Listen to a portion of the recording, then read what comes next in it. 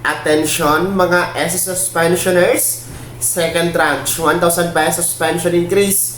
Kasama ba sa matatanggap bukas, January 30, 2026? Pag-uusapan natin dito sa video. Hello mga ka-vlogs, welcome dito sa aking YouTube channel. Magandang araw po.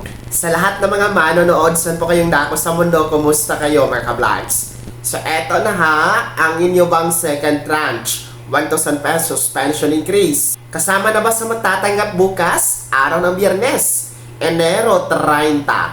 Well, bukas po kasi mga ka-vlogs ay pension crediting schedule para sa ating mga unang batch, no? Para sa February.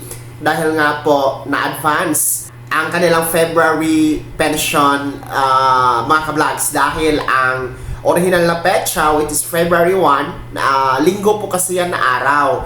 Kaya nga po bukas, maa-atras ito. So, 2 araw po ang advance ng ating mga unang batch. Well, marami kasi mga nagtatanong kung kasama na ba bukas, no? Maging ngayong buwan ng Pebrero, ibibigay na ba ang second tranche 1,000 pesos pension increase? Malinaw na wala pa po talagang pondo para po sa pangalawang tranche, 1,000 piso na pension increase, no? Dahil malaking halaga ang kailangan para dito, no? Roughly nasa 42 to 45 billion pesos. Well, I believe tumaas na yan, no? Dahil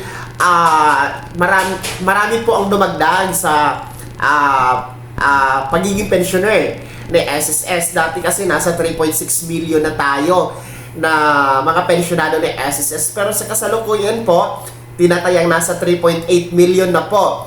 So hindi na po roughly 42 to 45 billion ang kailangan dyan, no? Mas mataas na ang kailangan na pondo, kaya pinag-iisipan po talaga yan ng SSS. And anyway, wala pa naman pong abiso at anunsyo sa SSS kung ito ay ibibigay na ba o hindi pa ibibigay. So, nakahang lang po siya mga ka-vlogs, no?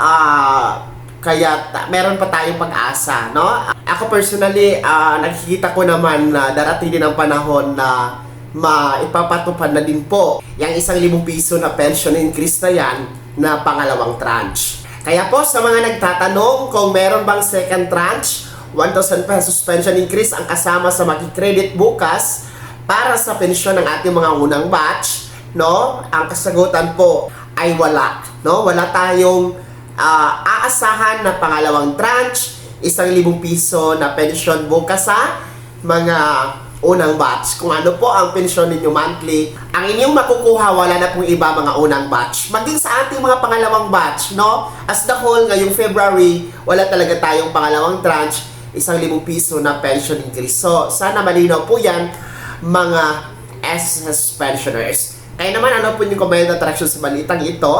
Kayo po ba, kung kayo ay tatanungin, umaasa pa ba kayo na maipatupad pa ang 1,000 piso na pension increase? Ibahagi nyo po sa comment section na nasa baba, pakilakip ng buong pangalan at kung taga saan kayo. Kung bago ka pa lang sa aking channel o di kaya di ka pa nakasubscribe, i-click nyo muna ating subscribe button na nasa baba. Huwag kalimutan na pindutin ang notification bell, ilagay sa all para una ka sa mga balitang i-upload ko. Maraming salamat. God bless. Mag-ingat mga ka-vlogs.